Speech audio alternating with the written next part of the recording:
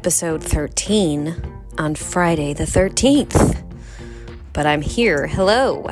Welcome to the podcast called Everything's Relative with Eve Sturgis. I am Eve Sturgis. I started this podcast because I want to talk about the ways that DNA tests are turning people's lives inside out and upside down, because these DNA tests reveal family secrets.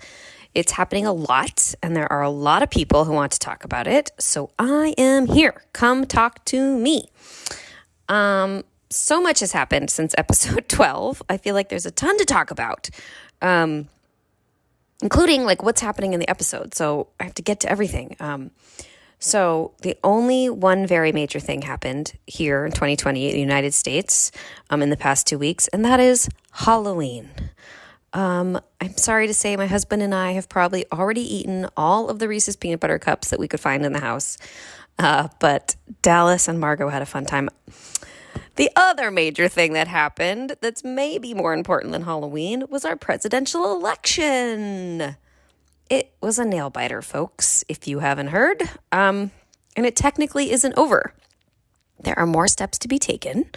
However, at this time, based on electoral system and the popular vote, it looks as though Joe Biden and Kamala Harris have won. They will replace Donald Trump at the White House. And I know that a lot of people have a lot of feelings about this.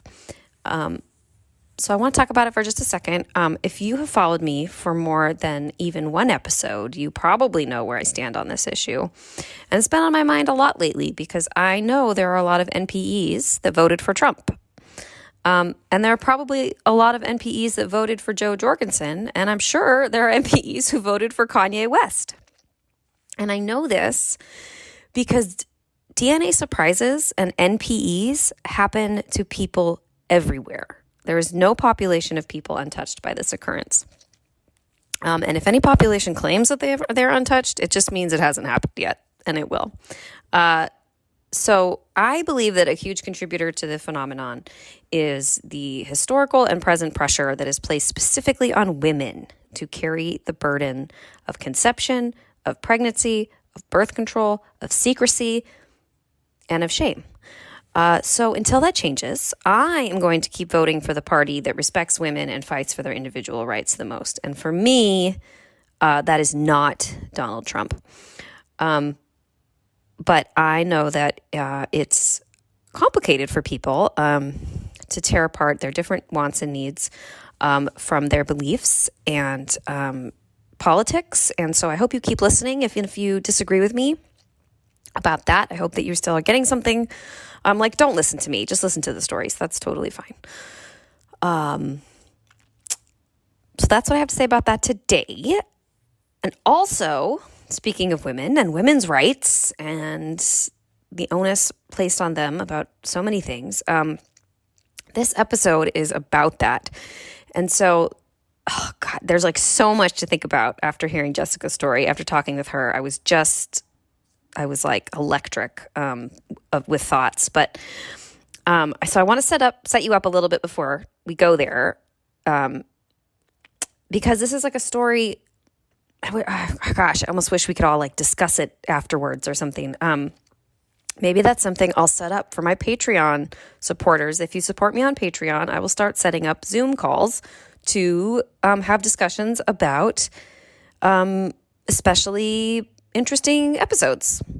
Give it a thought. Go to Patreon, support me for as little as $1 a month, and come on into to some conversations about this stuff. So what I want to say is that Jessica she tells a story, and she's going to talk about some stuff. And so the story is, how do I say this? Like, it's about everything that she says, but it's also about all these unspoken things that she doesn't say, which is so much like the NPE experience anyway, but it's about how you're feeling in your body and your mind. So I just want you to think about like the emotional and physical vulnerability of pregnancy, of sex, of sperm, of what sperm is, where it comes from, of fertility, of donor conception, of birth, of vaginas, just anything. Just like think about vulnerability. Sorry, I was getting dramatic and I or I was getting dramatic and getting emotional, and I slapped the bed. Guys, now you know I'm sitting in bed to record this. So I'm sorry if you hear some background noise. So, all right. Well, that is enough just ridiculous improvising from me. So let's go ahead. Let's play Jessica's story. This is episode 13, season 2, Everything's Relative, podcast with Eve Sturgis. I am Eve Sturgis. I'll talk to you in a little bit. Thanks. And you are calling me from Texas? Yes. Okay. Houston, really, I live in Pearland, but Houston's just kind of general area. So good old Houston, Texas. Okay. Is that where you were born? Is your family still there? No, most of my family is actually in East Texas. I was born in Nacogdoches, so very Okay. East Texas. Super East Texas. Okay. Yeah. So, well, speaking of you being born, that is what we're here to talk about today. Let's establish right away, you're not an NPE because you knew that you were donor conceived from the beginning. Correct. Yes.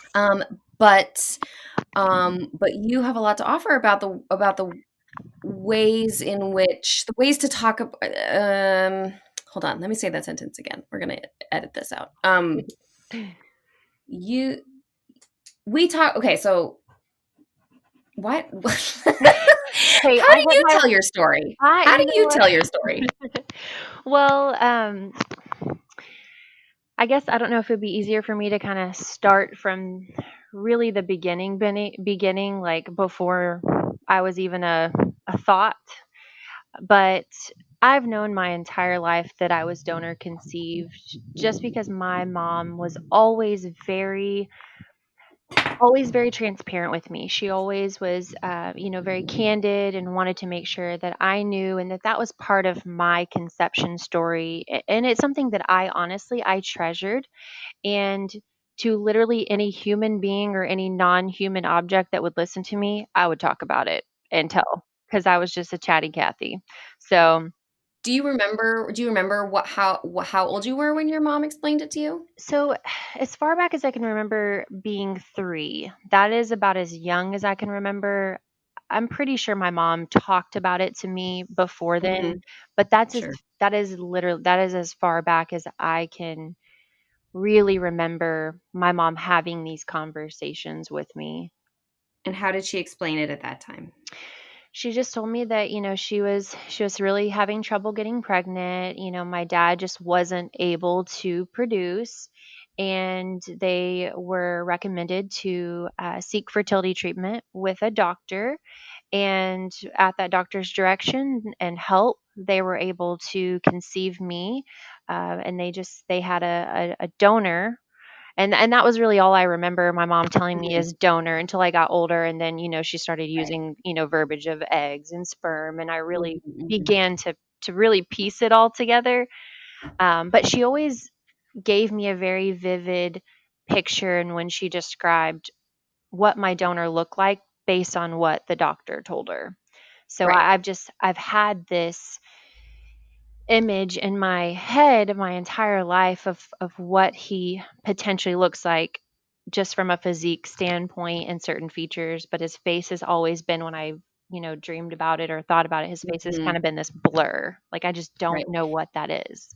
So why don't you tell me what your mom and dad believed that the donor looked like and who he Right. was? So my mom always told me that her fertility doctor described the donor as, 6'5", 6'6", very, very tall, red hair, loved music, and he was a medical resident at the hospital that I was born at.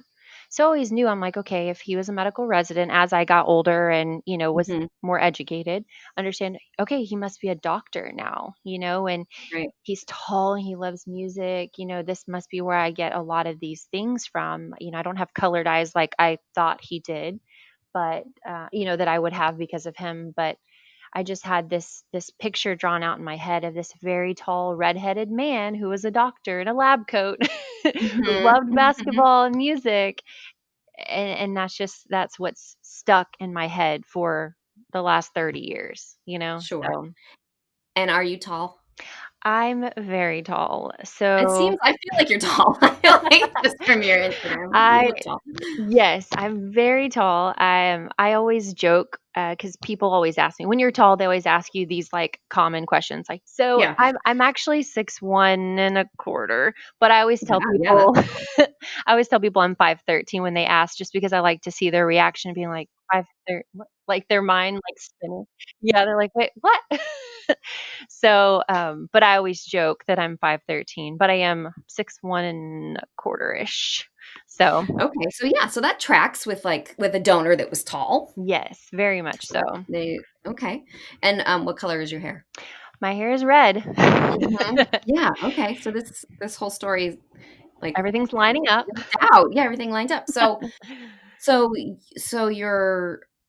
you know that you are, a donor-conceived baby, and you've become an adult, and Mhm. now tell me what happens then.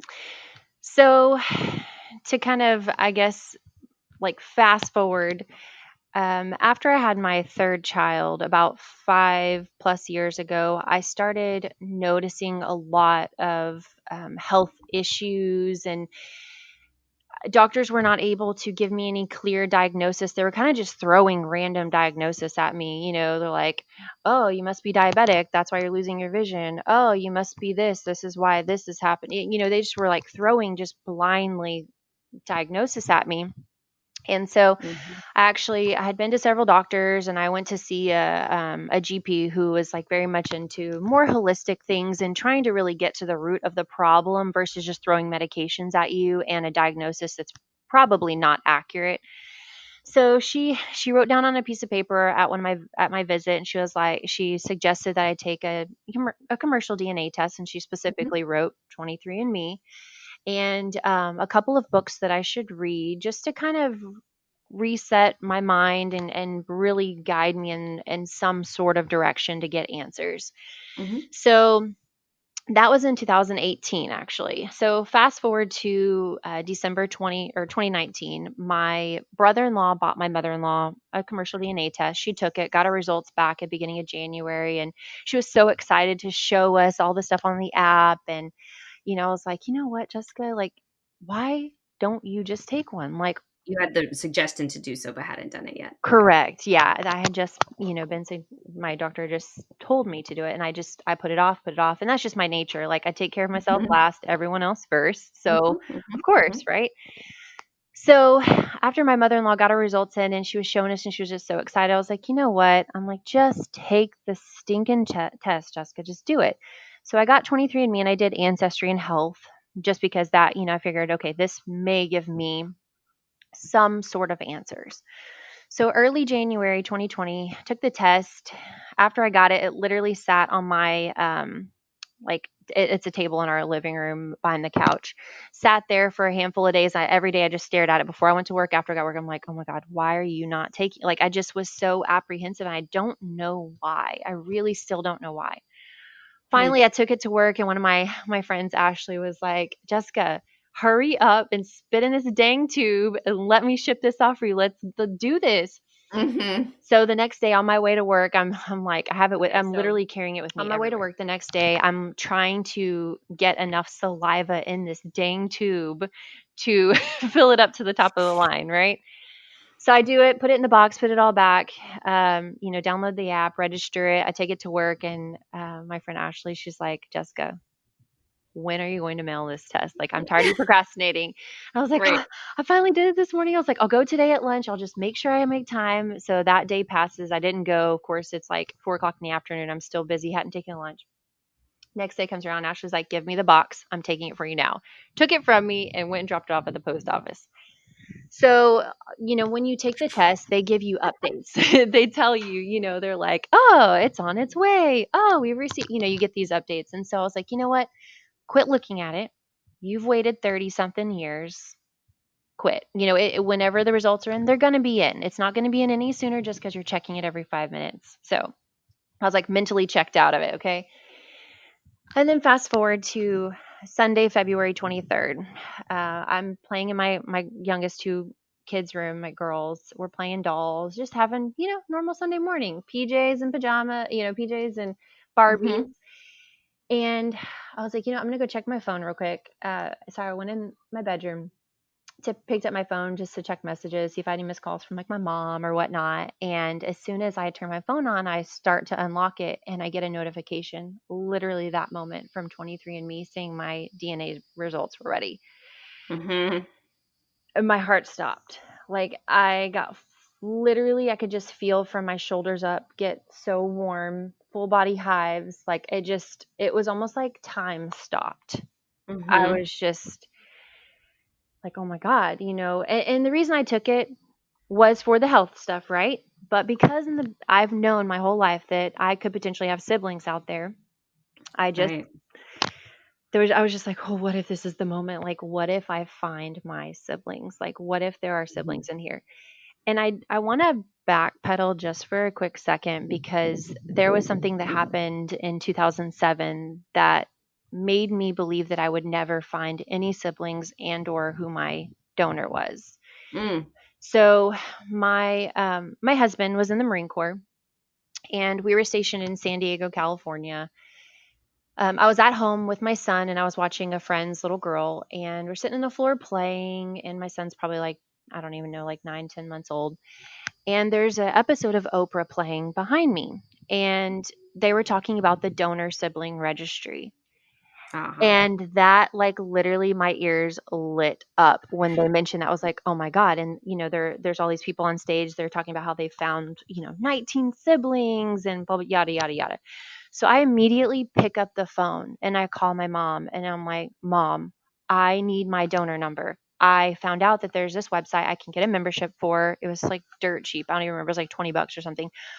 But I Right. need but I need my donor number for this platform. Like that is how I'm going to be able to find who my donor is and siblings.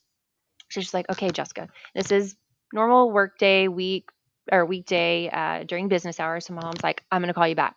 Hangs up, calls her doctor's office. They answer and she tells them, she's looking to get her donor number, whatnot. And so they're like, you know what, we just, we don't have those records. It's just been so long. Granted, at this point, I'm 20 years old. So they should have still had my mom's records because they have to keep them for like, once the offspring is 18 years old plus 3 or plus 7, I think at least until I'm 21. So they tell my mom that they don't have That's her. weird. It is, yeah. And at the time, I didn't know that. I just was like, ugh, like Mm-hmm. it just hit me like a ton of bricks. Like that was it.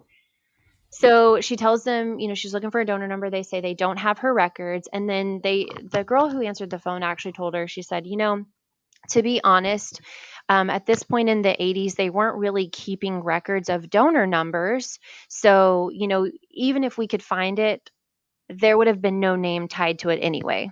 So there was really just no, there was no answer. So Mm-hmm. when my mom called me back, she's like, Jess, she's like, unfortunately I have bad news. They answered, but they don't have my records. They don't have the donor number. They don't have anything. So after that conversation, I honestly thought, like that was it. That was my only shot Mm-hmm. to, that was the puzzle piece I was missing. And there was no other way to get like to recreate this puzzle piece, right? It's gone.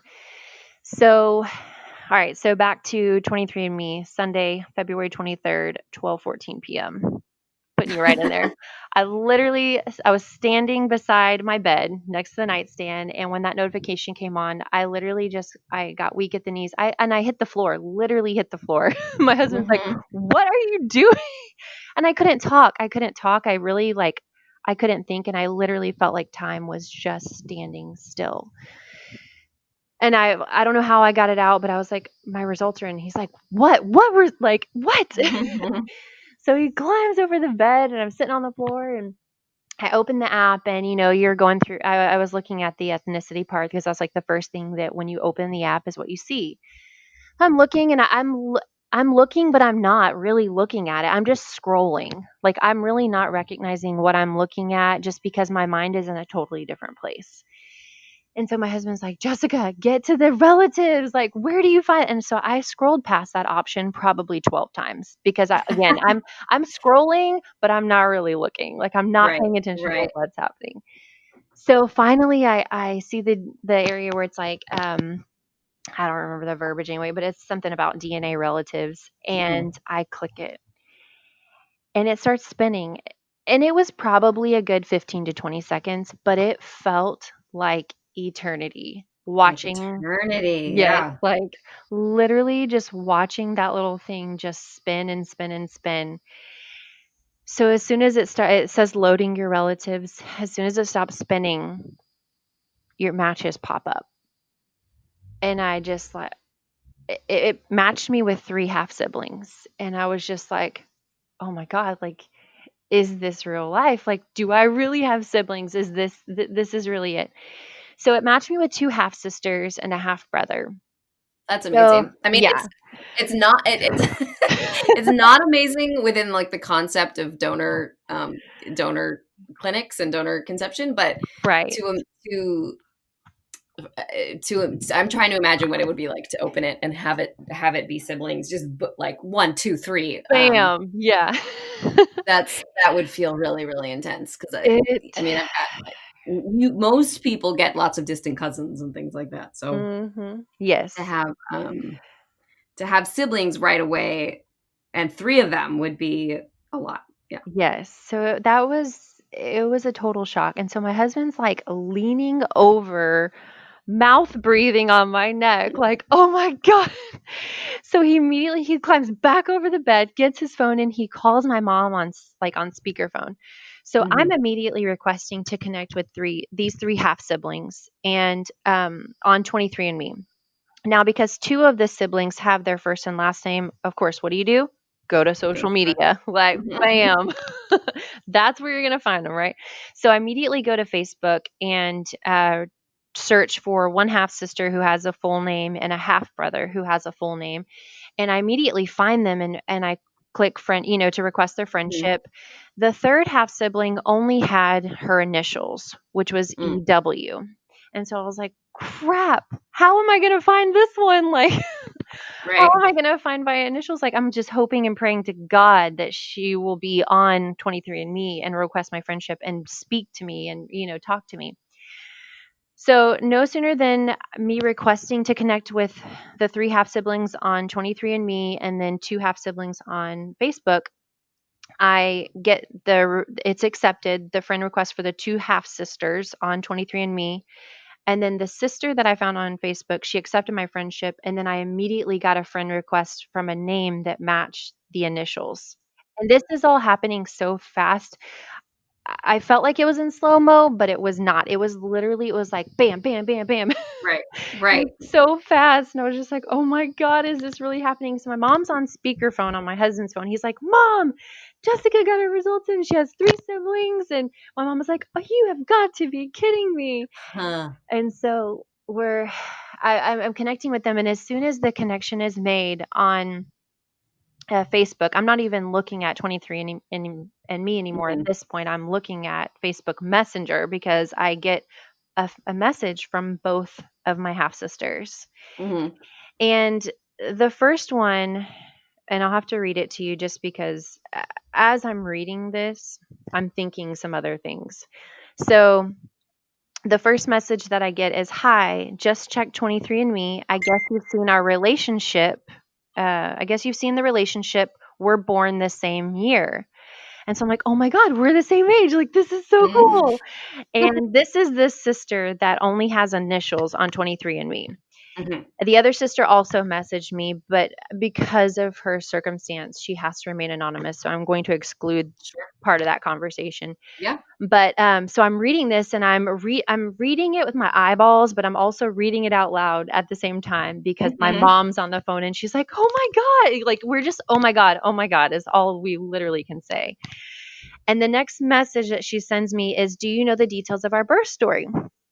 And as I begin to type, I'm thinking in my head, she just thinks I probably don't know I'm donor conceived. So I'm trying to type, "Hey," first, because I haven't even acknowledged the conversation yet, like replied. I'm like, "Hey, oh my gosh." And so I'm trying to type, yes, my mom had artificial insemination. I'm like trying to like write out this reply, but no sooner than I can even finish typing her next message, she said, was Dr. and I don't know if I should say the name yet, your mom's doctor. Mm-hmm. And so I'm trying to answer and I said, "Hey, oh my gosh." And then as I'm trying to also then delete all the what I've wrote, and try Right. to reply, she says, "Hi, I hate to be the bearer of bad news, but he is also our biological father." And I just Right. I couldn't even like I was trying to finish saying that out loud and just Mhm. think at the same time. And I read it out loud and I was trying to process what I read out loud and what I read with my eyes. And my mom is like, "What? There's no way. There's no way. Like how?" And we're both speechless at this point. Like Mhm. there's just no way. Like that is not a thing, right? That's just not that, right? That's Right. what I'm like, right? Like trying to like talk myself down off this ledge. Like what I just read is not correct. Like she mistyped. Silly. Right. Like she doesn't know what Right. she's talking This about. silly woman doesn't understand the way donor conception works. Right. So I'm like, "Oh my god." And then I told her because as she was typing that to me, the other half sister was also sent me literally almost the identical message. So you know how you see the notification pop up on your phone. Yeah. So it's like popping up as I'm receiving the message from this sister. So I'm like, "Oh my god." Like, Oh my God, you're being like pelted with it.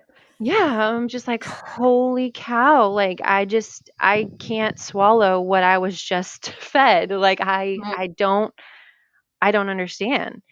And to be honest, I literally was just so speechless. And my mom is on speakerphone. And my husband's phone is in my other hand, and I'm just like, I can't even talk to my mom. I literally cannot form words.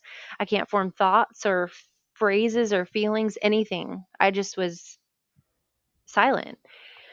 So I'm just all I can answer is, "Oh my god." I think I said, "Oh my god," like 2 or 3 times, honestly, Mhm. before I could, type anything, and she said, this may be too much, but we can three-way call," because she was on the phone talking to the other sister as they're both typing me, and I'm like, Right. I'm like, "Oh my god." So I said, "Yes, please," and I gave her my number, and within seconds, I was on the phone with both of them. And Wow. it was so surreal, like there was so many things happening at one time. Like, it wasn't like, "Oh my god, I found my siblings." It was like, "Oh my god, I found my siblings. Oh my god, I found out I'm a product of fertility fraud. Oh my god." Like, "Oh my god." Well, yeah, that's I think what would be such a it feels like you just got so derailed. That is Um, literally the best way to describe it, is 100% derailed, because I felt like I was just all smiles and just excitement and all things happy, and I felt like someone literally just flipped a switch, turned off the lights, unplugged the power. Like, I mean, mhm. and derailed is honestly probably the best word to describe it. I mean, you're absolutely 100% accurate in that description. Yeah, I mean, it was such a multi-layered experience to be connecting with your siblings at the exact same moment, Mhm. um, that you're finding out, um, the dishonest behavior, to say the least, Exactly. was happening. That must have, yeah, yeah, confusing, I guess. I It don't was think. it was very confusing, and it was just so hard to understand, like, how Mhm. and why. And I still, even to this day, 8 months into knowing this, I still those questions are literally asked numerous times a day. I Right. just so but that from the time my results came in to getting on the phone with them, I mean, it just happened so fast. I mean, it was literally from the moment my results came in to the time I was on the phone was probably less than 7 or 8 minutes. Like it Oh, just wow. I yeah. thought you were gonna say less than an hour. No, it was Like, yeah. so were you able I mean, are you able to articulate, like, what you were hoping for with siblings? Well, prior to finding out all of this, I've always wanted and longed for a sibling connection because my brother is 17 years older than me. So I've grown up as an only child, Mhm. basically, because I've Mhm. been the only one at home. My brother went off to the army when I was born. So I've always wanted that. I've always wanted siblings that I could be close to and have a relationship, and all the silly things. Share clothes, argue over boys, stay up late at night, girl talk. Just Mhm. I mean, all those little all those little moments that may seem like nonsense and just silly, but I've always wanted that because I didn't Mhm. have it. And one of my best friends that I grew up with, our moms are best friends, and her mother's my godmother.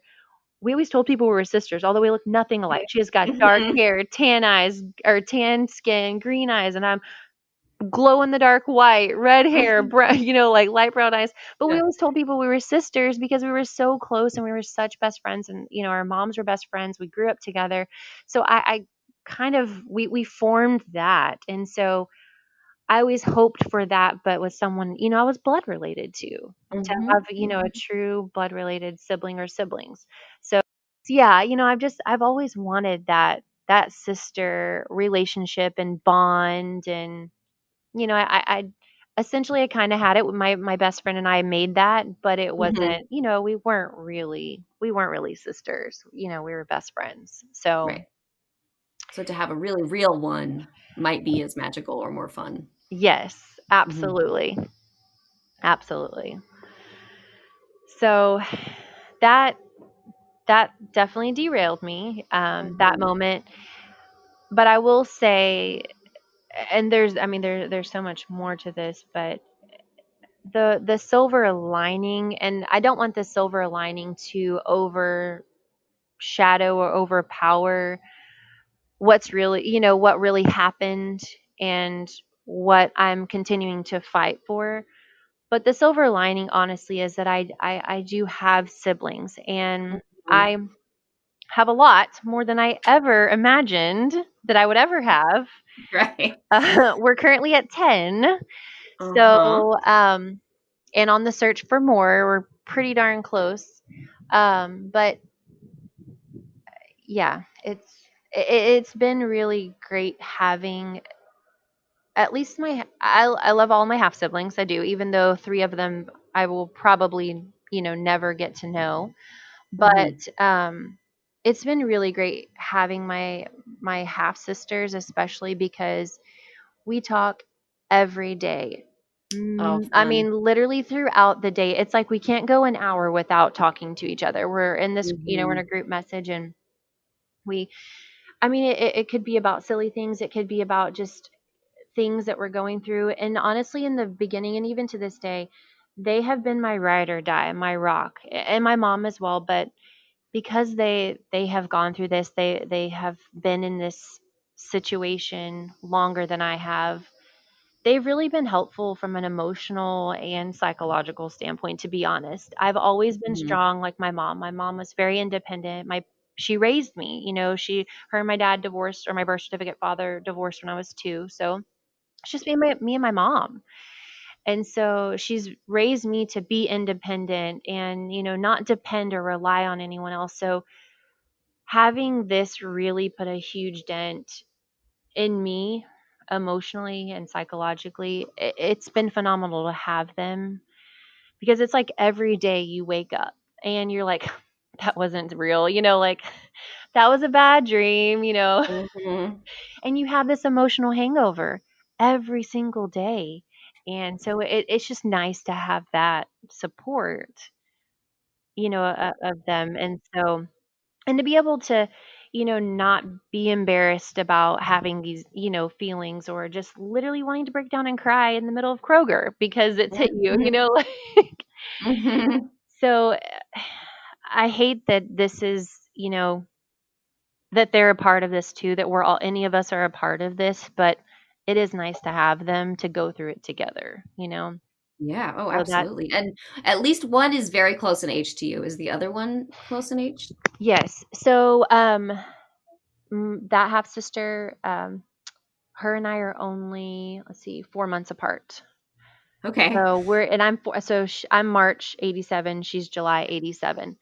So, and what's crazy is we also have another half sister who's also the same age as us, born the same year, but it's his social child. Um, Social child. That is a phrase I have never heard, but I think I understand exactly what it means. That's his quote unquote real child. yeah, correct. Yeah. So Or what? Yeah. he has three social children that he had with Birth his, certificate children. Is that what, yeah, yeah, that another he way had of with, putting it? Right. yeah, right, that he had with his first wife, and then so far confirmed via DNA testing, we have seven illegitimate. And I hate that word, but it's, I don't even know if that a better way to describe it, but Right. I mean, so many of these episodes are spent talking about language and how we don't quite have the right words. yeah. So, okay, I have questions, but Okay. I was trying to wait to the end.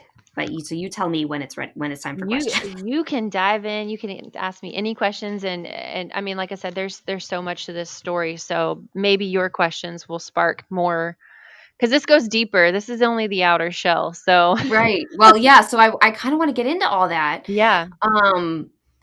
Okay. So the questions. So far. Hmm. Um. So the three of you, ladies know your Hmm. sister, your three sisters. You all know about this I don't I mean or we could say like illegal or like we'll get into that, but unethical behavior. um but does all seven was this a surprise for? Yes, yes, Okay. it was a surprise for all. So the oldest of us seven that are from fertility fraud, basically, best Hmm. way to describe it. Yeah. The oldest one, he didn't know who his donor was until about 2 years ago when the half sister her name's Eve. You guys have the same Mhm. name. I know. So yeah. She actually found me on Facebook recently, and I was I so told excited to read the article today. I mean, it's only yeah. my like you never ever ever meet anybody named Eve, and Yeah. so I noticed her on Facebook recently and was like, oh my gosh, it's an Eve. Oh my gosh, she's an MP. Oh, blah, blah, blah, blah. And then when I was reading the article earlier Yeah. today, I was like, oh my God, it's Eve. It's that Eve. It's her sister. Yes, yes. So, when we originally talked, I told her, I was like, okay, so if all goes well, I'll get to have a conversation with another Eve. Another Eve. It's a big deal. It is, it is. So, actually, when Eve completely uncovered this whole thing is when the oldest sibling, who actually he has known for over 13 years, he was donor conceived. He's older than us. Hmm. Um, and he took a DNA test, and so it just kind of just sat there in limbo with no connections except for like distant cousins. So when Eve's results came in and it connected her, um, and she had initially told this half sibling who she thought the donor was, who she had known for 13 years. Um, she told him, this is our biological father. Well, then lo and behold, it comes that that's not actually their biological father, and So this. she thought it was somebody else. She thought she'd Hmm. figured it out, Right, and so but until she was wrong. Okay. correct, yeah. So until she talked to a first cousin and traced it back to our actual father, biological father, that's when it was discovered. So of us seven, none of I kind of have to like phrase this. So almost all of them did not know they were donor conceived all of their life until Right. they were Well, I adults. was like, that's one of my separate questions Yeah. that I had written down. So we can do this in a two-part. Yeah. Two-part question. Yeah. One, did anybody else know they were donor conceived? And the answer is basically no. Correct. Yes. Basically, no. Hmm. Hmm. Okay. And so they've all processed it in different ways, I'm sure. Correct. Um, The so, the but they've, go ahead. I was gonna say the boys seem to process it differently than the girls, and I hate for it to kind of be a divide. Like the girls are processing it this way, and the boys are processing it this way because there's bits and pieces that are similar, but there's bits and pieces that are they're polar opposites. So most of us have we didn't really have a father-like figure in our lives. And Hmm. if there was, they weren't a good father figure, or they weren't really present.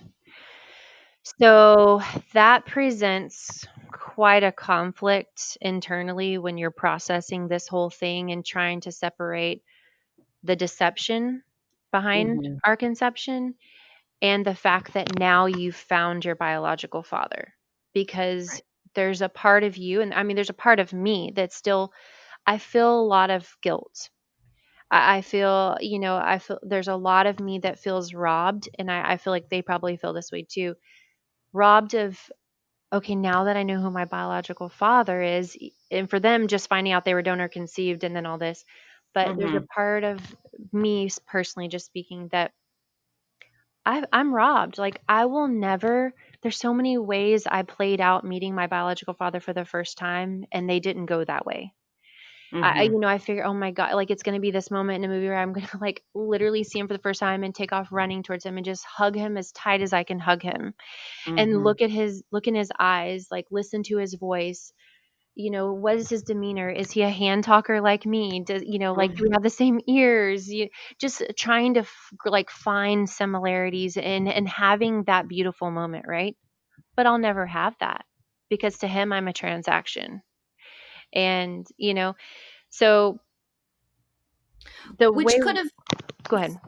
the um I guess this is a little bit of devil's advocate, and I'm sure you've heard people say this, but that could happen even if it had been a legitimate Right. donor That conception. that is very true. That is very true. Because if there's donors out there that maybe don't ever want to have anything to do, they were just like, "All right, I'm donating. Peace out. Like, I don't want anything, like that's it. That's Hmm. that's the extent of my relationship, is I just made a donation." So you're absolutely right. It can definitely happen, and I'm sure it is happening, and it will happen. You just have this preconceived notion of how things will go down. You have them played out in your head, and this picture painted, and you just Absolutely. No, no, I agree. I think of that for sure. And he, and I don't want to jump too ahead in the story, but so Mhm. does does this doctor at this time know that all of you know? Yes, Okay. he's very aware, absolutely aware that He we has all not are. reached out a loving fatherly Oh, hand or hug. no. He No, didn't no, know. no. Just to clarify, Yeah, we're talking no. hypothetically, but really we already know that he did not um, Yeah, offer himself as a paternal figure now that you all know who he is. correct. Yeah, he does not want anything to do with all of us except for one, the oldest one. So, yeah. Hmm. And I don't even know the extent to that relationship. I just know that there has been communication, a physical meeting, communication on the phone. That has happened and is, I think, still going on, just since July. So, but for the rest of us, we are a transaction, and that is it. I'm just we talked in season one. I talked with two donor conceived people for different reasons, different episodes, Carla and Joy. Um, and we laughed about it then, and I just like have to do it now. Is that we have to just kind of talk about sperm for a minute. Hmm. So so to sort of clarify what this guy was doing, or do you know what he was doing? Or like, Yes. is the idea? See, I So, just get like so stumbled up right here every time. Like this is the third time I've done it, and I'm like, I don't know, like sperm masturbating. Like I yeah, just get like really uncomfortable. I don't know what to ask. it's definitely a really uncomfortable conversation. I will say, so, to kind of just give a little bit of backstory. My mom she started seeing this fertility doctor under the direction of her regular doctor in 1984. She went to him for 2.5 years for fertility treatment, doing artificial insemination. She would go 2, 3, 4 times a month. At each appointment, she would pay for sperm that she had selected from a donor catalog. So, Hmm. So she um, had picked out like I want a really tall redhead who loves music. Right. Well, or whatever. But yeah, she kind of right. There was traits that she had picked out based on the donor catalog, and so at this time it was in the 80s. It was in the midst of the AIDS pandemic, so there were specific protocols in place. Fresh sperm was not allowed. It was all had to be California Cryobank was the only cryobank at the time that was allowed to accept, to basically sell their donated sperm. So, Oh, yeah, Jessica, you just like I yeah, never thought of that. Okay. I mean, I already knew it was all gross and unethical, yeah. but But okay, this so is a whole nother, yeah. I'm okay, telling you, layers, we're layers. peeling I have layers. so many questions, and I wish all of your siblings were here right now. I'm suddenly getting this whole idea of Well, I how will much I tell want to know. well, I will tell you, we should definitely do one with my other siblings because there's some that will definitely be on here, and there's oh my god, it's the best. So Okay, okay, so you're so so we're mhm, okay. So as far as we've talked about this a little bit before, but and what part of why I wanted you to come on here was to talk about how the donor industry is very like unregulated in correct. a lot of ways. But Well, you're now telling me that in mhm, 1984 there was at least one rule, right, which was that you couldn't have fresh sperm and it needed to come from California Cryobank correct. And because so they could do they would they do would screening, they would right? thank you. I was like Yeah. check it. So the protocols were the donated sperm was to be frozen for a minimum of 6 months, quarantined, and then retested before then basically shipped out and purchased. So there was Okay. a specific protocol, right? And so with him being a doctor, he's exposed on a daily basis to bloodborne pathogens, and so he was not being tested for HIV and all these other things, and because this was the AIDS pandemic, this was that these were the years that this was going on. So my mom had these treatments, like I said, 2, 3, 4 times a month. She would call when her temperature was right and, she was ovulating, yada, yada, yada. And she would pay for a donor based on this donor catalog, and then she would be inseminated. And to be inseminated, you go into a treatment room, you get undressed from the waist down, stirrups, feet up, your pelvic is prepped, your body temperature has to be a certain temperature, and then the sperms, the specimen is then you're inseminated with it. Mhm. Well, my mom had many miscarriages during that 2.5 years, many Mm, miscarriages, that's so and hard. it was awful. Plus, prior to that, she had lost a newborn child due to hospital neglect, and Oh. my mom has just literally been through so much. So part of this, the reason, and we'll talk about it in just a minute, but I'm doing this for her. Mhm. So to do a fresh donation was really not what was supposed to have been done during this period because of the AIDS pandemic. And that was one guideline, is that sperm was to come from California Cryobank because they were properly quarantined, they were frozen for that 6-month period of time, and then retested or rescreened. So upon my mom's the day that she actually had me, that she conceived me, June 6th, 1986. I wish I knew the time. I'm all about timestamps.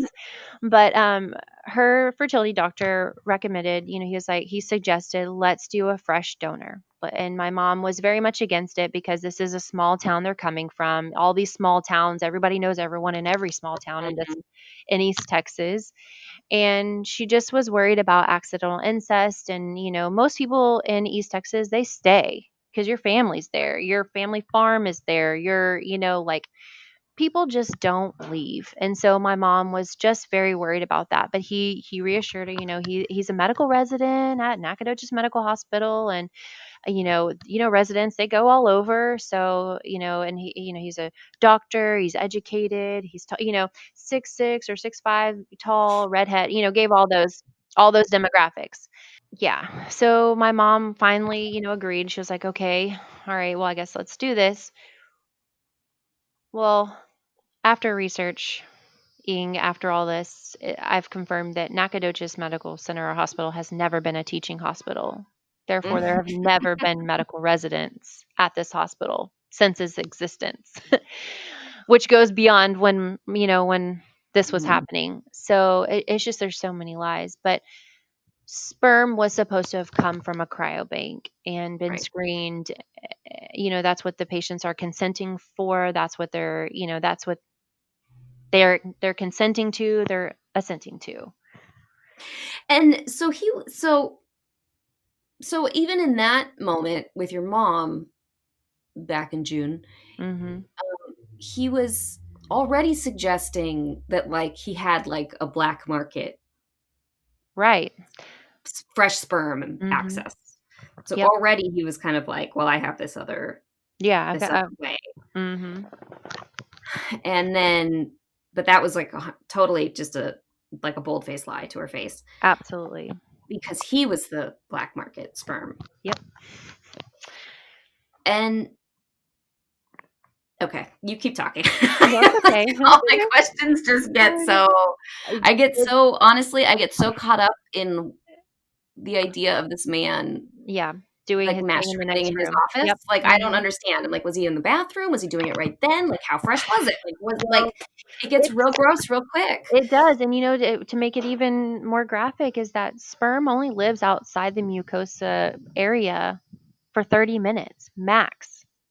So Oh that's no. yeah, Oh, so that is how fresh it was.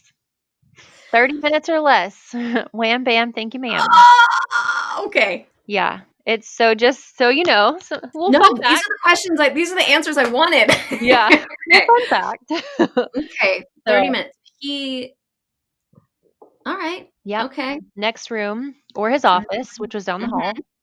But the thing is that the way my mom describes him, and I'll have to read you this little, paragraph my mom kind of put together after she kind of got herself together after Mhm. finding all this out. But he was a very well-known man. He is. He's still to Mhm. this day. People protect him. They're like, you know what? He's a good Christian man. He would do no wrong, and if he thought that that's how it should have been done, then that's how it should be. It's just that kind of backwards thinking. But he, you're in a very vulnerable place and time. Number one, just going to your gynecologist, right? Being a female, it's a very vulnerable time. You're half naked from the waist down, sometimes waist up, just open gown to the front, right? You're naked. And feet are up. Your lady parts Mhm. are wide open, and so you put a lot of trust into this person. And if you're going through fertility treatments, number one, at that point, you've already beaten yourself to death thinking that you're broken. Something is wrong with you. Why can't you create a child on your own? Why are you having to do this? Like there's just all these other layers, again, more layers that are going on. And Yeah. you're putting 100% of your trust, and you're like, please, I just want a child so bad. Please help me. You're helpless, you know? Yeah. There's something I hadn't yeah, there's like a level of that that I had just never considered about the vulnerability of sort of placing your not So, only your yeah. physical medical trust in Exactly, somebody, but like your and dreams. for Like anyone, whether it's going to be your first child or your 10th or what, but for my mom, she has had a very traumatic upbringing, but losing a newborn baby, and trying and trying and trying for mm-mm, 13 years to, mm-mm. miscarriage after miscarriage, or whatnot, and then to finally find that there's possibly an answer, there's possibly a way you can have a child. Of course there's going to mean, science is going to intervene, and a medical doctor, but you're going to be able to have that baby.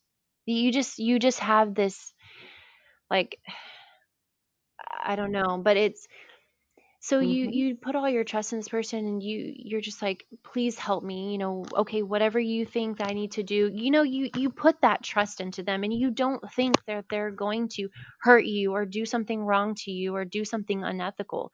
You trust them to do the right thing. They're a doctor. They take that oath, you know? And so mhm, to ultimately find out that you were, number one, you were deceived, you were violated, you were lied to. There's just so many things. But I think, to kind of circle back to, Sonia, that I hate to say that there's a way that the girls are processing, and there's a way that the boys are processing of the siblings. And this comes mhm. full circle to this because men don't go through what women go through when it comes to pregnancy or fertility, or literally just going to a gynecologist. Yeah. Yeah, they get their gynecologist. prostate Yep. check, turn your Yeah. head, cough, whatever. And I get that's not fun. Like, that's No, not fun. that's That's not the same. vulnerable in its own way. But it's exactly, it's It's not the not the same, right? same. And one of my half brothers explained it to me. He's like, like, I get it, Jessica, but here's the thing. Women, the moment you get that positive pregnancy test, you're a mom. Like, you're like, oh my God, this is it. Like, I'm going to have a baby. You're a mom that second. You pee on that stick and you're a mom. But for men, it's not that way until that Mhm. baby comes out and they put eyes on it, then they're a dad. So then that connection happens. And so that, being a woman and knowing what we know and feeling what we feel, we don't understand how they don't understand that. But when my half brother explained it to me that way, I'm like, I get it and it makes sense. But I still like, I want you to understand this side of things. And this is because your half brothers recognize Correct. the unethical element happened, but don't Right. seem to be as bothered 100%. by So it. Okay. all of Yeah. the half brothers that are, from the same circumstances as we, us seven, it's like they're Hmm. like, you know what? Yeah, it was wrong, but I have you guys. Like, and it's just that overshadows, and then all the unethical Right. behavior is just swept under the rug, and it's like buried in the sand kind of Hmm. thing. And it doesn't seem to, and of course I'm not going to speak for anyone but myself, but it just doesn't seem to really Hmm. have done the damage to them as it does us. And I'm thankful for that, because I don't want anyone else to feel this way or be going through this or disrupt any more lives, because that, it sucks. It plain sucks. And so I've said that Hmm. to the half brothers. I'm Sure. like, you know what? Sure. I'm actually thankful that you don't feel this way. I wish you would understand on this side of things, but I'm thankful that you don't, because it fucking sucks. I mean, it's just not good. Hmm. It's not okay. It's not cool. So, but that part of it, like being a woman and going through all that, and those vulnerable times, it's a bit easier for women to understand the deception and all the pain that comes from discovering this situation versus. Yeah, it's like a psychological It is, yeah. I rape, mean, with kind of. Yeah. human No. tissue, with the medical device, it's, yeah. Mm-hmm. Mm-hmm. Oh, and so in the past 8 months, and you, since connecting with your half sisters, and Eve is very active Yes. in this sort of advocacy, awareness, and like legislation of this as well. Um, what kind of things have you found out about Well, fertility fraud? you mentioned earlier that this industry is just, there's not a lot of regulations, to be honest, and that's why there's so many people that come from overseas or out of the country to have fertility treatment here, because in the US especially, there's not a lot of regulations. It's projected to be a $15.4 billion industry in the next year to 2 years. That's insane, right? To have minimal Say that $15.4 number again. billion dollars. It's projected to be a $15.4 billion Wow. industry by 2023. And right now, one of 8 women struggle with fertility, and that's not even including the LGBTQ community. Like, that's not even including them. Right. And so that's one thing that I literally, I have my Hmm. jaw has hit the floor on, is like, why are there not more regulations? Like, I don't understand it. Why?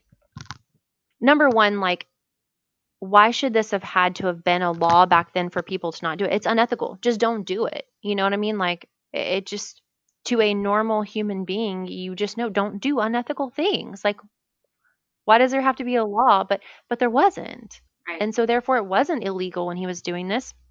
And more than 2% of doctors in the 80s were fertility doctors were actually doing this, which is more than it was on I'm average. In sorry. the How early many? 80s, they were averaging about 2% of fertility doctors were doing this.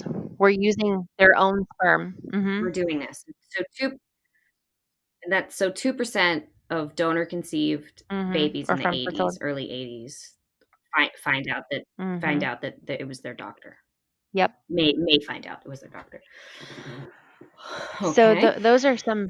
It is. I mean, it's That's just a lot. it's mind-blowing. 2% doesn't sound like a lot, right? But in in this industry, it's just it's crazy. I just So do you think that, or maybe he's even said, because I know there's been a little bit of communication with your mhm. biological father.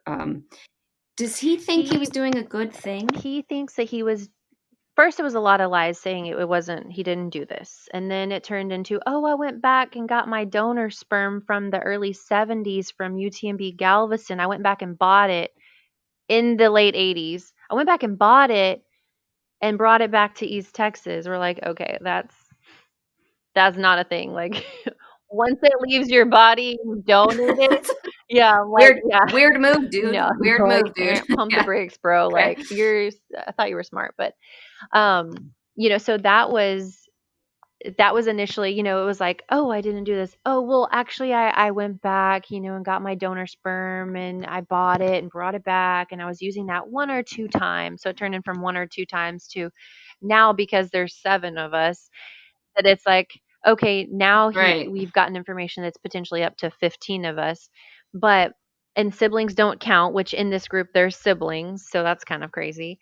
Like real legit siblings. And so his thing is, I was just trying to do Hmm. a good deed. And you know why are we just so ungrateful? Why don't we just appreciate what he's done for us? He's given us life. It's a major narcissistic. Yeah. That was my next A question, was, do one. you think he's a narcissist? When you said he went back Yeah. to get it, when you said the going back to get my Oh, sperm thing, I was like, oh, only a narcissist would be like, even if that is a no, true yeah. story, and I don't believe that he did that, but only a narcissist would be like, that'd Yeah. be awesome if I could go get all my Yeah, exactly. sperm from Yeah, history, let and me go get my I'll go sperm from find it 10, all. 15 years. Yeah, my sperm was so yeah, my sperm is pretty Yeah. great. I'm gonna go So, back and yes, find it. 100% narcissist. I 100% think he has a god complex. And just but yeah, I mean, he Mm-hmm. thinks he was doing a good deed and that we need to be grateful. That's it. Hmm. And speaking of God complex, there's also an element that you haven't talked about. I Mhm. think, tell me, and if I'm wrong, we'll just take this out. But Oh, he 100 was present for your yes. birth. So when my mom went into labor with me, my birth certificate father actually wasn't there, and so she got admitted to the hospital. They got her in the room. They called the doctor and said, my mom was ready. She's in labor, and so he came in, checked her. He's like, "You know what? I'm just gonna go home, shower, eat dinner, and I'll come back in a few hours. Because it's still gonna be a while." My mom said no sooner that he walked out of the hospital room doors, the doors shut and then reopened and he came back in and he waited in the room with her. And I can't remember the time, but I do know that it was longer than an hour. It was like a couple of hours that he waited in the room with her while she was in labor for her to then go into active labor to deliver me. And after my delivery, he even stayed in the room longer until my birth certificate father got there. Very weird. And so Yeah, that's creepy. now looking back, my mom just replaying that in her head, she's like, he knew. He knew that that was his child. Right. Like that no other doctor is gonna at late at night gonna sit in a hospital where he can go home, like if they're on call, they're on call. He lives like 2 minutes from the hospital. He's not, it's not a big town, it's not a big city. It's a small town, so he knew. He was there, he delivered me, and he was there after my birth for quite a bit of time. I wonder, gosh, when I imagine being in your mom's shoes, and I think what comes to mind is like being you like part of the violation is that she was from Mhm. I'm imagining, and I'm Yeah. not putting words into your brother's mouth, but I like she was Yep. used for his God complex. Yep. Like he used her body I'm Yeah, just trying to think of more ways to describe, like, the psychological violation, like, he used her body right. for his to feel powerful. Um, so sure, he could be there as a doctor and he could say he was being um, a gentleman as a doctor because your birth Mhm. certificate father wasn't there. But now knowing the truth, Exactly. there's just no way not to think of Mhm. that other layer, which just must feel Very much so. confusing and inexplicable. Like I just don't. You're right. Yeah. I don't quite have the words, but there's something And it's foreign, right? It's foreign so to insidious. like the it's like, and not that death is ever easy, but it's something that you find familiar. You know what I mean? You have familiar feelings like sadness and this whole thing, none of it's familiar. There's no playbook to like I mean like we joke about like even I were like we're going to need to make a protocol book for every new sibling like here's the welcome packet. We'll do an orientation and Totally. we'll yeah, like, Here's the family there's tree no so far. playbook Yeah. to this, and none of this is familiar to any of us to navigate through, but we're just trying to navigate through every emotion and every feeling that is present or pops up or, it's an unfamiliar situation, it's just, and all the Mhm. lies and I just I'm a very strong person again. My mom taught me to be strong and independent, but this breaks me from my mom. Like I just for Mhm. everything she's been through and whether she's been through none of that traumatic upbringing, it's not okay. It was never okay. Whether it was Mhm. illegal or not, it was 100% unethical. Bottom line. And the fact that he doesn't acknowledge what he's done, a good person, a normal human being with a heart and a soul would say, you know what? I am so sorry. I'm so sorry I did this to you. I didn't mean harm. I was just trying to do good. And, you know, I, it wasn't illegal back then. Yeah, it was unethical, but what can I do to help? Like acknowledge the pain, acknowledge what you've done Yeah. wrong and apologize. And this could play out totally different than it's going to continue to play out. It's he just refuses. He is not sorry. He is 100% okay with what he did and feels he did absolutely nothing wrong and literally has such a huge ego that even with this whole thing we're pursuing with the Texas Medical Board, he doesn't think anything's going to happen to him. He literally has that large of an ego that he's like, "Nah, nothing's I'm good. I'm golden." Wow. It Wow, wow, wow. And, what and have you and your siblings connected with other donor conceived, people who are Yeah. born of fertility fraud and are working on that kind of thing? Have you guys have your own sort of, like, networking Yes. community of Unfortunately, people it's working on actually a things? large community. It's unfortunately it is, and so connecting with them and linking arms with this legislative stuff that we're pursuing. It's been therapeutic, to be honest. I hate to say that in this whole circumstance, but again, it's all unfamiliar for us, but to be able to talk to someone who's in the same boat as you is kind of nice. Yeah.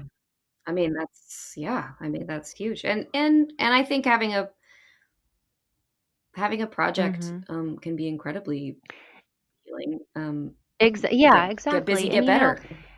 one thing with this is that, and again, I'm only going to speak for myself is, and I know that my mom is not taking this well, but I mean, I'm suffering.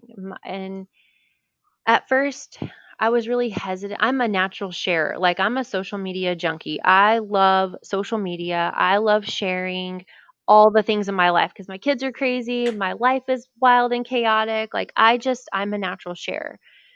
So when I found this out, I'm like, oh my God, like,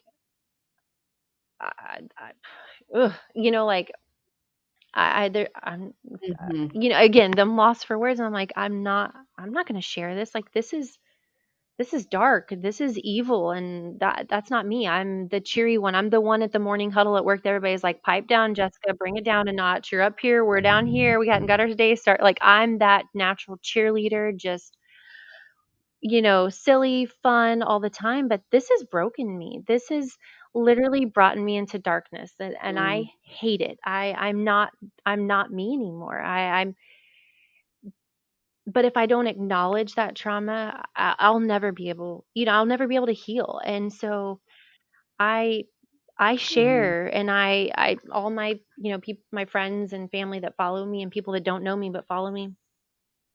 Whenever I finally decided that I'm going to do this, I'm going to share all of this. I repeat myself, and I tell me, I promised I would share the good, the bad, the ugly, stuff that I don't want to talk about, stuff that, Mhm. you know, it's embarrassing. I don't even know if embarrassing is the right word, but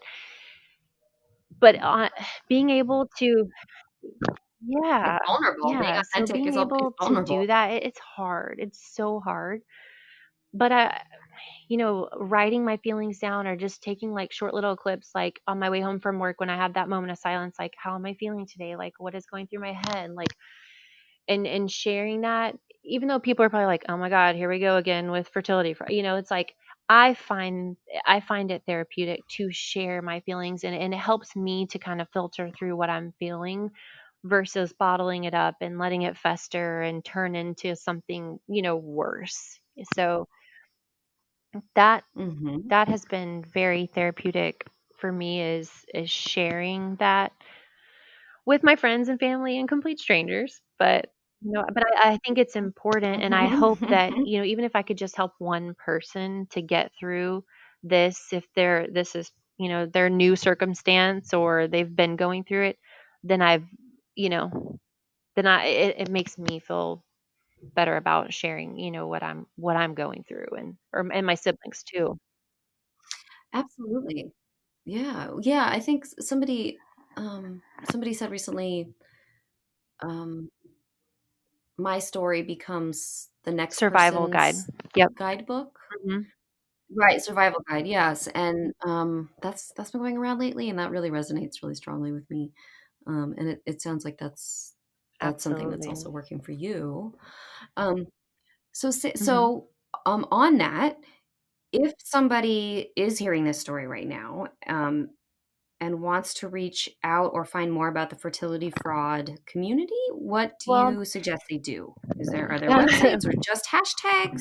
Not just they hashtags, can. hashtags can be powerful, but So what do there they are use? several groups on Facebook. There's donor deceived groups. Facebook, you can just type in donor deceived. There's also a web Mhm. page that actually Tracy in our donor deceived community has put together, and I believe I'm pulling it up right now. I believe it's donordeceived.com, and I'm just going to type that in to make sure that I have that correct. But I believe it is donor, or maybe donordeceived.org. I believe that that's actually correct. But yes, yeah, Okay, I'll type it in donordeceived.org. too. And Donor so this is a great resource for, if you're just discovering, or you've known but you haven't really dove deep into it. It gives you a lot Mhm. of information on, donor doctor fraud, and permission fraud, and large, like these, super donors. You've got these large donor group siblings that are, 40, 50, 80, 100, 200 group, siblings. um, so there's Right. some really good information on there, and if really, the Facebook groups are really great as well, because then you can interact and ask questions, and it gives you, again, more people in your boat to relate to, and really help you kind of filter through all this, and navigate through all the feelings and emotions that come along with this, because you will feel, if you're anything like me, any and all emotions that are humanly possible at any given moment, at any given Mhm. day. And, like I mentioned earlier, you wake up feeling like you have an emotional hangover, and you had a horrible dream. You're like, "Pff, it's not real." Or you're like waiting for Ashton Kutcher jump out and be like, "You're on candid camera," like you just like are just waiting for that moment. 'Cause you're like, "There's no way this is my life. There's no way this is my circumstance. There's just no way." So, but those are Mhm. great resources, 100% great resources for those in the same situation. Amazing. And you said your mom Mhm. is struggling with all of this, understandably. Is the same community able to support Yeah, the so mothers? I believe there are Okay. parents in there. There's also another group on Facebook, and it's um I need to look it up, but it's like recipient parents. It's a recipient parents group, Okay. and I'll have to look up the name of it, but honestly, they can go on Facebook and search in recipient parent, of Mhm. donor or artificial insemination, but I believe it starts with like recipient parent Right. um, on there. So Okay. that's a great area, to be in for parents, for those like my mom. And I'm hoping there's other groups out there. I just really haven't, to be honest, dove that deep into searching for groups beyond what I'm in right now. So, Yeah, no, I mean, and yeah, I was just curious, and I could have probably sat here and written out, I don't know, 40 different phrases for how to describe what your mother was, and I would never have come yeah. up with recipient parent. So that's exactly why I was asking. Yep. Just wouldn't know. Wow. Um, okay. And can I, in my, uh, Mhm. in my intro, which I'll do later, can I talk about Absolutely, the New yeah, York Post article? yeah, New York I'll Post, link to and I that mean, and it's stuff. in, several other, platforms as well, Texas Observer, iNews UK, um, I mean, that's there I have tons of links I can send you where they've yeah, I'll send them to you. Yeah, Oh but yeah, send them definitely, all to me. New York Yeah. Post, Great. did a story, which is great.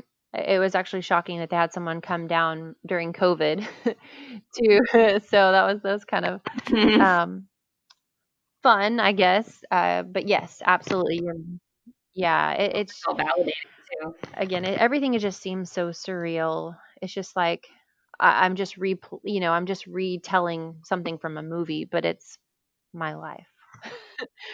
So I'm like, Mhm. yeah, Mhm. I exactly. know how you feel. So, but yes, absolutely, you're more than welcome to share. Okay, cool. Wow. Thank you so much, Jessica. I feel like you have shed light on something that is just, I mean, similar to the NPE phenomenon. Like, this is actually something very common and is another way that DNA testing is like turning Mhm. people's worlds upside down. But it's like, it's also this sort of next layer, other An layer. Not, it's not another. next, but it's another layer, and yeah, it's uncomfortable to say the least. No, So I thank you so really much for talking appreciate to me about you it. allowing me to. Um, I feel like if we can get our story out as far and as wide as possible, that, hope, again, if it can even just help one person, filter through all this and navigate through it, then I'm just grateful that at least one person has been able to, be helped. So, yeah. No, I am 100% sure that at least one person will be helped by this. Um, and I'm actually sure it will be more, but I can yeah. sure I can definitely tell you one. Um, I mean, even me, like, I mean, it's like, depends on your definition of helping, but I mean, I just feel like my mind has been really blown open tonight about Yeah. more about this industry and the idea. And I'm just having this whole separate sort of wheel going on in my brain right now about Mhm. thinking about the vulnerability of fertility and how much of an industry that's built on people Mhm. wanting something so bad Yep. that they'll do anything. Um, It's insane. yeah, so interesting. Mhm. Yeah, thank you so much. So, yeah, and I mean, I'll talk about this later anyway, but like we actually didn't I even know. talk. We didn't even talk about half your story. Like, I mean, only because so I was like, yeah, send me those links so I can post Absolutely. them but it's so that I can tell everybody to go Absolutely. read all the details, um, so they can get everything. But yeah, but it's really late for you out there in But Texas. So thank you for giving me a late night thank on the you. school night, and I will be in touch with you. It will be Awesome. very Thank soon you. And that I this will comes say, out. I really appreciate your time, but one word of advice I will give, just because I was just thinking this in my head, is that to just, Hmm. if this is something they're uncovering because of a DNA test, or because their, parents, family decide to tell them, but just to take it slow, or as fast as you're comfortable with, Hmm. and really like lean into to those around you, because it's really the only way you're really going to be able to get through it, and to not let it bottle up. There's so much secrecy behind fertility treatments, and being donor conceived, and so just lean into those who support you and who are around you. And if if you're trying to lean in and people aren't supporting you, lean in a different direction, because I've been hurt by so much of my family through all this, because I was told to keep my mouth shut and to quit stirring up trouble. And the way I've been treated is just, Mm. I never would have imagined that I would have been treated this way, and the victim shaming that comes along with it. So lean into those who support you, and who love you. And if you're leaning that direction and they don't, lean another direction, because it's just, it's hard enough, and then to get pushback and ugly words and things thrown your way, it doesn't make it any easier. So just take it as slow or as fast as as you're comfortable. Mhm. Yeah, absolutely. Thank you so much for saying that. I think that's excellent advice, in this community, and the broader community, to the two big pieces, which are to Hmm. take it slow, um, and I love the way you phrase that, to lean in to the people that support you, and if they're not Yep. supporting you, lean a different direction. I love that. Well, thank you. I Yeah, really thank you so appreciate much. you listening and letting me talk. Again, it's super therapeutic to be able to talk about it. So I appreciate it. Yeah, absolutely. Thank you. Thank Well, I will you. be in touch with you. Okay, perfect. I And will. send me all those links. And yeah, we'll get this ball rolling. You'll probably be up within three Awesome. weeks or Thank you something so like much, that. But Eve. I'll I be in touch. appreciate it.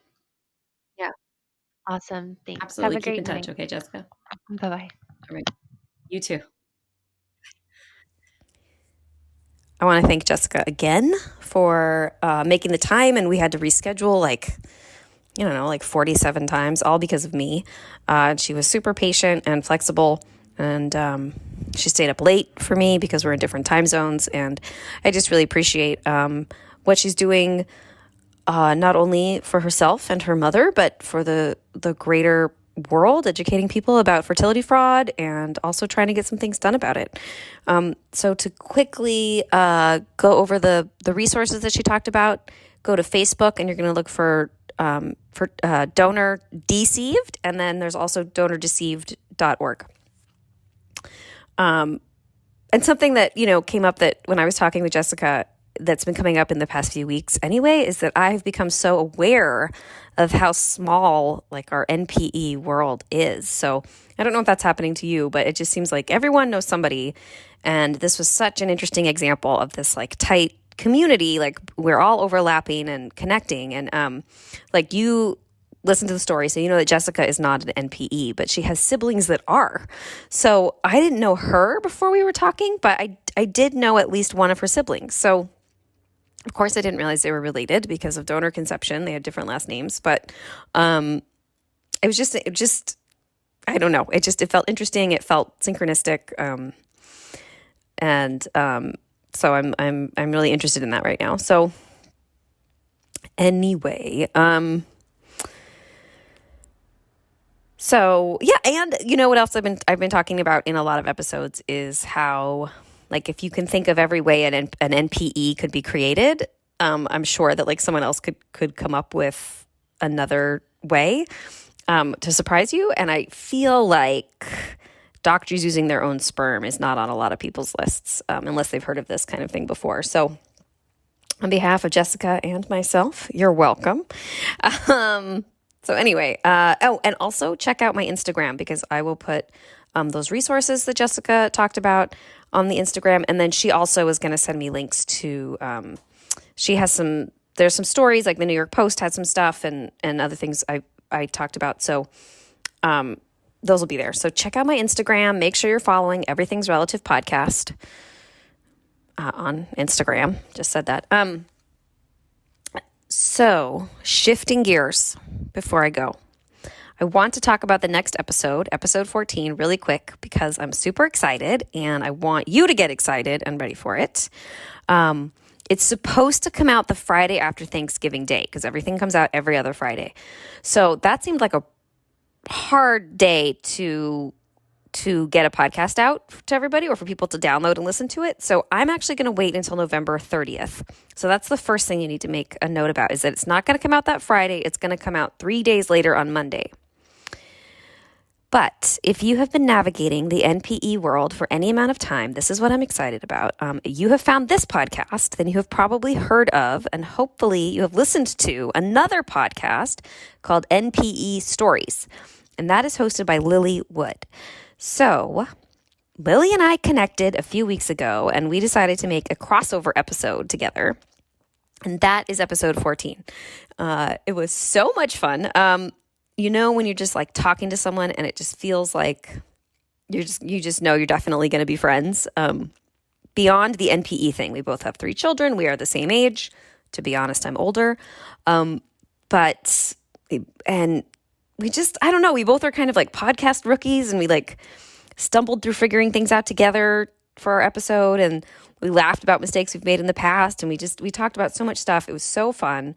And supportive and patient. And I had a really wonderful time. So I hope that November 30th, this is what's going to happen.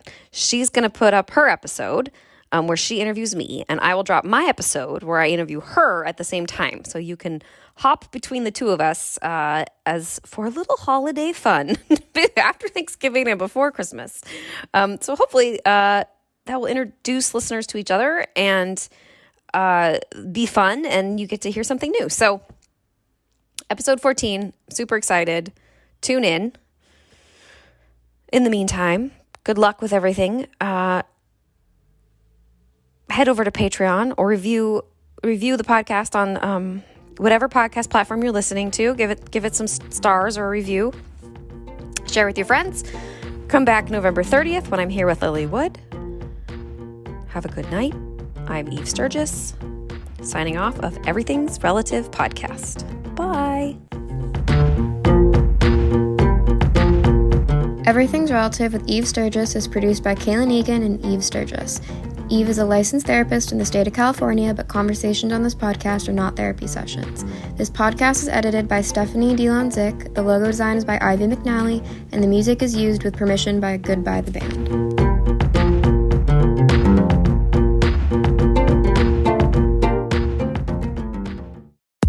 Hi, I'm Michelle Varay. And I'm Kimberly Trung, and we are the host of Crush Fictionally, a podcast all about your favorite fictional characters from movies, TV shows, and more. Each episode, we pick a theme, curate a list of characters that we love, why we love them, and some fun facts about the people who created them. So if you've ever felt a true connection with a fictional character, tune in to Crush Fictionally on Campfire Media. Or wherever you find your podcast. Campfire.